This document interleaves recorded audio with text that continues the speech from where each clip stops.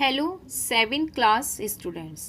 बच्चों, आज हम आपकी पाठ्य पुस्तक वेदिका के पाठ 1 नदी का रास्ता भाग 2 का अध्ययन करेंगे। बच्चों, हमने अपनी लास्ट वीडियो में यह अभ्यास किया था कि नदी किस प्रकार निरंतर गति से बहती चली जाती है। वह ना रुकती है और ना थकती है, और किस प्रकार उसको बहना है, कहाँ जाना है, यह रास्ता उसे किसने बताया। ऊंचे ऊंचे शिखर, पहाड़ों तथा पर्वतों को पार कर वह निरंतर गति से बहती चली जाती है और एक न एक दिन अपने लक्ष्य तक, अपनी मंजिल तक पहुंच ही जाती है। आइए शुरू करते हैं आगे की कविता। बड़ी संपन्नता के साथ और अपने दूर तक फैले हुए हम साम्राज्य के अनुरूप गति को मंद कर पहुंची जहां सागर खड़ा था।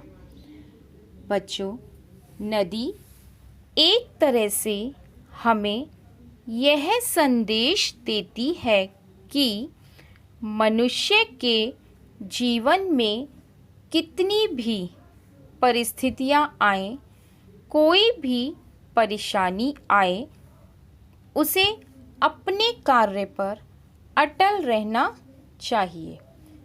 कभी भी किसी दुख व परेशानी से पीछे नहीं हटना चाहिए। कठिन से कठिन परिस्थिति का भी सामना डट कर करना चाहिए। बड़ी संपन्नता के साथ मीन्स बच्चों, जब नदी को सामने अपनी मंजिल दिखाई देती है तो अपनी गति को वह थोड़ी धीमी करके जहाँ सागर खड़ा था, फेन की माला लिए मेरी प्रतीक्षा में यही इतिव्रत मेरा। जहाँ सागर नदी के इंतज़ार में खड़ा था, वहीं नदी अपनी गति को धीमे करके अपने सागर में जाकर मिल जाती है। मार्ग मैंने आप ही बनाया था। अब नदी डटकर यह कहती है कि मैंने अपना रास्ता खुद ही बनाया था। जब नदी अपनी मंजिल तक पहुंच जाती है तो वह दावा करती है कि मैंने यह रास्ता अपना स्वयं ही बनाया था। मगर भूमि का दावा कि उसने ही बताया था नदी को मार्ग, परंतु भूमि का यह दावा था कि नदी को रास्ता मैंने ही बताया था। उसने ही चलाया था नदी को फिर जहाँ जैसे जिधर चाहा। भूमि जहाँ चाहती थी कि नदी को कहाँ लेकर जाना है, किधर लेकर जाना है, यह सब रास्ता भूमि ने ही नदी को दिखाया। शिलाएं सामने कर दी जहाँ वह चाहती थी। शिलाएं उसके सामने कर दी जहाँ वह भूमि चाहती थी। रास्ते बदले नदी, जरा बाएं मुड़े या दाहिने होकर निकल जाए।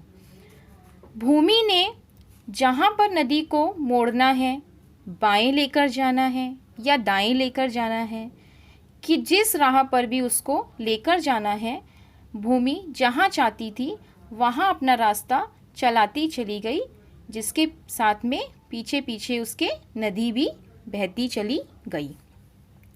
स्वयं नीची हुई गति में नदी के वेग लाने के लिए।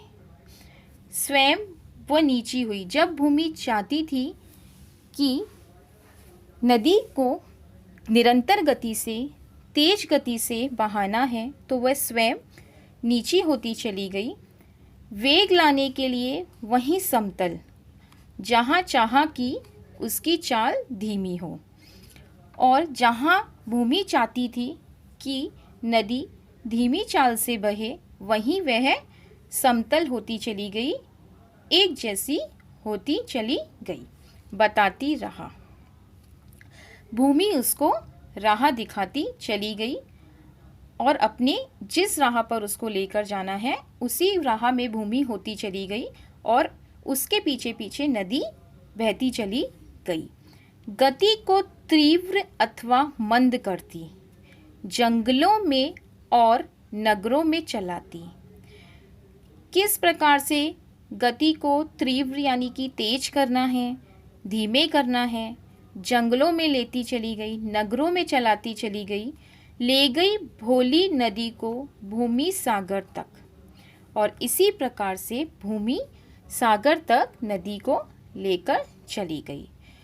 भूमि यह दावा करती है कि जहाँ पर नदी को मैंने लेकर जाना है, ऊंचे ऊंचे शिखरों से, पर्वतों से, पहाड़ों से, जंगलों से, नगरों से, वहीं वह भूमि अपने आप अपना रास्ता बनाती चली गई और मुड़ती चली गई, जिस प्रकार से उसके पीछे पीछे नदी भी अपना रास्ता बनाती चली गई और बहती चली गई।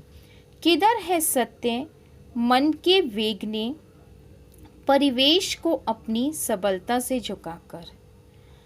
क्या सत्य है? भूमि कहती है कि मैंने नदी को रास्ता दिखाया, परंतु नदी कहती है कि मैंने अपना रास्ता स्वयं बनाया। क्या सत्य है? परिवेश को अपनी सबलता से झुकाकर रास्ता अपना निकला था कि मन के वेग को बहना पड़ा बेबस। क्या सत्य है, क्या झूठ है? और भूमि ने उसको स्वयं रास्ता दिखाया या नदी ने अपना रास्ता स्वयं बनाया, परंतु दोनों ही अपने मार्ग तक पहुंचने के लिए, अपनी मंजिल तक पहुंचने के लिए जुनून से भरी हैं, एक उत्साह से परिपूर्ण हैं। उनको अपने लक्ष्य तक पहुंचने के लिए, अपने मार्ग तक पहुंचने के लिए उत्साह भरा हुआ है उनमें और एक जुनून भरा हुआ है। तो बच्चों, प्रस्तुत पंक्तियों में बताया गया है कि नदी को बहने का रास्ता भूमि ने दिखलाया।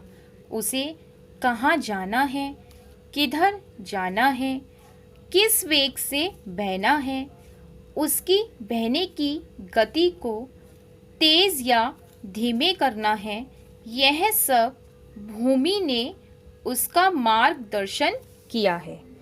उसी प्रकार हमें अपने जीवन में अपने लक्ष्य तक पहुंचने के लिए परिश्रम तो स्वयं ही करना पड़ता है, परंतु हमारा मार्गदर्शन, हमें सही राह दिखाने का कार्य हमारे शुभ चिंतक ही करते हैं।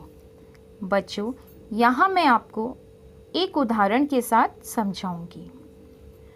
एक विद्यार्थी जो बहुत होशियार है और अपने लक्ष्य तक पहुँचने के लिए मेहनती भी है, परंतु उसके लक्ष्य तक पहुंचने के लिए उसका मार्गदर्शन करने के लिए एक शिक्षक ही उसे प्रोत्साहित करता है। एक शिक्षक की ही सलाह से या उसके सही राह दिखाने से ही एक विद्यार्थी अपने जीवन में कुछ बन पाता है और अपने लक्ष्य तक पहुंचकर एक सफल व्यक्ति बनता है। तो बच्चों, यहीं आपका पार्ट 1 समाप्त होता है। आपको अपने घर पर यह कविता 2 या 3 टाइम्स रिवीजन करनी है। घर पर रहें, सुरक्षित रहें। Good bye.